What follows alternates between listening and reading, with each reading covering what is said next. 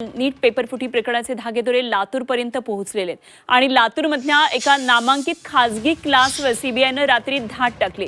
रात्री उशिरापर्यंत सीबीआयच्या पथकानं क्लासच्या कार्यालयामध्ये झाडाझडती केली। यावेळी 4 सदस्यीय पथकानं कागदपत्रांची पडताळणी केली। 2 दिवसांपूर्वी संबंधित क्लास चालकाच्या घरी जाऊन चौकशी झालेली होती। त्यानंतर पुन्हा 4 सदस्यीय सीबीआय पथकानं क्लासच्या कार्यालयामध्ये जाऊन कागदपत्रांची पडताळणी आणि तपासणी केली आहे। तर या कारवाईमुळे शहरातल्या शैक्षणिक वर्तुळामध्ये मोठी खळबळ उडालेली आहे।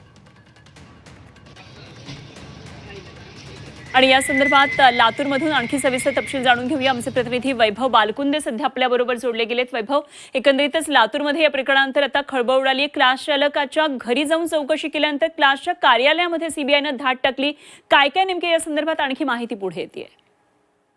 नक्कीच आपण जर पाहिलं तर नीट पेपर फुटी प्रकरण जसं बाहेर पडलं त्यानंतर लातूरचं नाव समोर आलं, त्यानंतर अनेकांना धक्का बसला। कारण लाखो जे विद्यार्थी आहेत ते देशभरातील विद्यार्थी लातूरात शिक्षणाचा पॅटर्न म्हणून लातूरमध्ये नीटची तयारी करण्यासाठी येतात आणि हजारो विद्यार्थी जे आहेत ते वर्षाला डॉक्टर म्हणून बाहेर पडत असतात।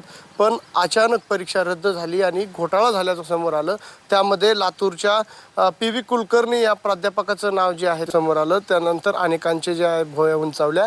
त्यामध्ये चौकशीमध्ये अनेक धक्कादायक जे खुलासे आहेत ते पी.व्ही. कुलकर्णी यांनी केले। त्यानंतर लातूरच्या नामांकित जे खाजगी क्लासेस आहेत, एका खाजगी क्लासेसवाल्याच्या घरावर सीबीआयने छापा टाकला आणि अनेक महत्त्वाचे जे कागदपत्र आहेत ते ताब्यात घेतलेले आहेत। त्यानंतर त्याची जे वैयक्तिक जे आहे ते वैयक्तिक सीबीआयने तपासणी केली। त्यानंतर त्याच्या घरावर जे कागदपत्र सापडले ते सुद्धा कागदपत्र जे आहेत ते सीबीआयने आता जप्त केलेले आहेत। त्यानंतर त्याचे जे कोचिंग क्लासेस जे लातूर शहरामध्ये चालतात त्या कोचिंग क्लासेसची 2 वेळेस जे आहे ते झाडाझडती घेण्यात आलेली आहे।